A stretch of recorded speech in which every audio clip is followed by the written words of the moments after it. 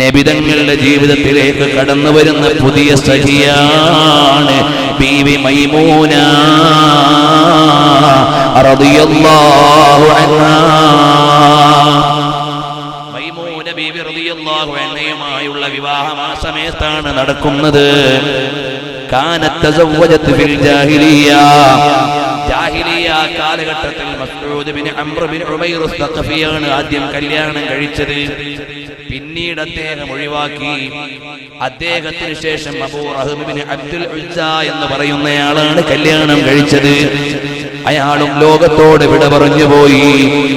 അവസാനം ഗത്യന്തരമില്ലാത്ത വിധം ഒരു വിധവയെ ഏറ്റെടുക്കേണ്ട സമയം പോലെ ആയപ്പോൾ മൈമൂന റളിയല്ലാഹു അൻഹ സ്വന്തം ശരീരം നബി സല്ലല്ലാഹു അലൈഹി വസല്ലം തങ്ങൾക്ക് സംഭാവന ചെയ്യുകയാണ്.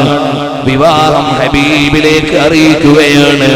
വംറഅത്തുൻ മുഅ്മിനത്തുൻ മുഅ്മിനത്താ വംറഅത്തുൻ മുഅ്മിനത്തുൻ വഹബത് നഫ്സഹാ ലിന്നബി അറാദ النبي أن يستنكحها خالصة لك من دون المؤمنين.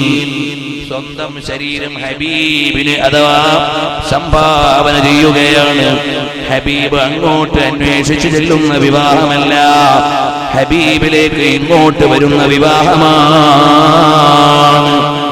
റസൂലുള്ളാഹി സ്വല്ലല്ലാഹു അലൈഹി വസല്ലം തങ്ങളുടെ ഓരോ വിവാഹത്തിനും ഓരോ മസ്ലഹത്തുണ്ട്. ഖദീജ ബീവിയെ വിവാഹം കഴിച്ചതിലെ രഹസ്യം ഇന്നലെ നമ്മൾ സൂചിപ്പിച്ചിട്ടുണ്ട്. ആയിഷ ബീവിയെ വിവാഹം കഴിച്ചത് ബുദ്ധിമതിയായ ഒരു പെണ്ണ് റസൂലുള്ളാഹിന്റെ മദ്രസയിൽ നിന്ന് ആവശ്യമുള്ള വിവരങ്ങൾ പഠിച്ചറിഞ്ഞ് ഓർമ്മ വെച്ച് പിൽക്കാലത്തേക്ക് ഇൽമ പകരാനുള്ളതാണ്. അതാണ് ബുദ്ധിമതിയായ ആയിഷ റളിയല്ലാഹു അൻഹയിലൂടെ ലോകത്തിന് കിട്ടിയത്. ജുവൈരിയ റളിയല്ലാഹു അൻഹയെ കല്യാണം കഴിച്ചപ്പോൾ കിട്ടിയ നേട്ടം എന്താണ്? ആ മഹദിയുടെ ഗോത്രത്തിൽപ്പെട്ട എല്ലാ അടിമകളെയും മദീനയിലുള്ള ആളുകൾ മോചിപ്പിച്ചു. ഒരു ഗോത്രത്തിന് മുഴുവനും മോചനമാണ്. ഇതുപോലെ ഓരോ വിവാഹത്തിനും ഓരോ ആത്മീയമായ താല്പര്യമുണ്ട്. അപ്പോഴും നബി തങ്ങളുടെ ലക്ഷ്യം നമ്മളെപ്പോലെയുള്ള താൽക്കാലിക വിവാഹ ലക്ഷ്യങ്ങളല്ല, ദീനിന്റെ ഉയർന്ന ദഅവത്തിന്റെ ലക്ഷ്യമാണ്. വരട്ടെ സഹോദരന്മാരെ, നബി സല്ലല്ലാഹു അലൈഹി വസല്ലം തങ്ങൾ ഹബീബായ സല്ലല്ലാഹു അലൈഹി വസല്ലം തങ്ങൾ അതാ മൈമൂന റളിയല്ലാഹു അൻഹയെ വിവാഹം കഴിക്കുകയാണ്.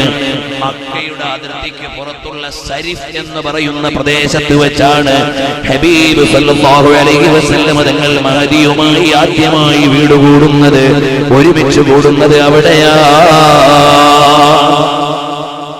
പിൽക്കാലത്ത് മഹദി അവറുകൾ യസീദ് ബിൻ മുആവിയ എന്നവരുടെ കാലത്താണ് വഫാത്താകുന്നത്. ആ വഫാത്താകുന്ന സമയത്ത് മക്കയിൽ വെച്ച് രോഗിണിയായെങ്കിലും പറഞ്ഞു, എനിക്ക് കിടക്കേണ്ടത് ഞാൻ റസൂലുള്ളാഹി തങ്ങളുമായി വീട് കൂടിയ സ്ഥലത്താണ്. അതുകൊണ്ട് മക്കയോട് ചേർന്ന സരിഫ് എന്ന് പറയുന്ന പ്രദേശത്ത് ഇപ്പോഴും റോഡിന്റെ സൈഡിൽ ഒരു നാലുകെട്ടിന്റെ ഉള്ളിലാണ് മൈമൂന റളിയല്ലാഹു അൻഹയുടെ ഖബറുള്ളത്. റളിയല്ലാഹു അൻഹാ നമ്മുടെ ഉമ്മയാണ്, ഉമ്മുൽ മുഅ്മിനീൻ മൈമൂന റളിയല്ലാഹു അൻഹാ.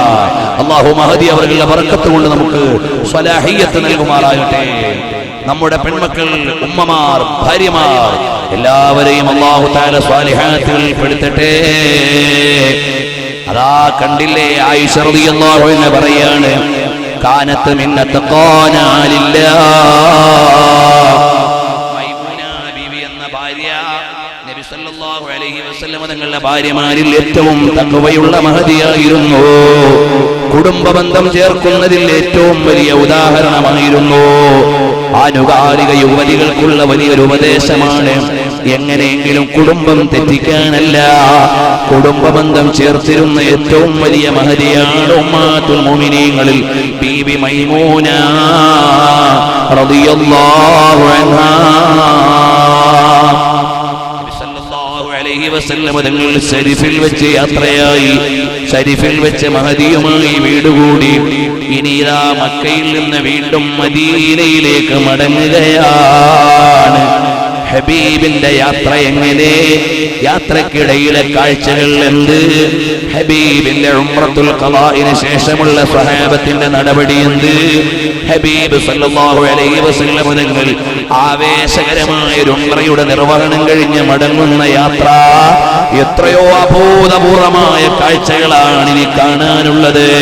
കാരണം എല്ലാം നബി സല്ലല്ലാഹു അലൈഹി വസല്ലം തങ്ങളുടെ ജീവിതം മുഴുവനും പിന്നെ അച്ചോങ്കാ തസദ്ദുഖ് ഹംബുരോങ്കാ ബിനബാ किसके चुपकिल के फिर हो कर रहे हम गर्नों में हमको नचा.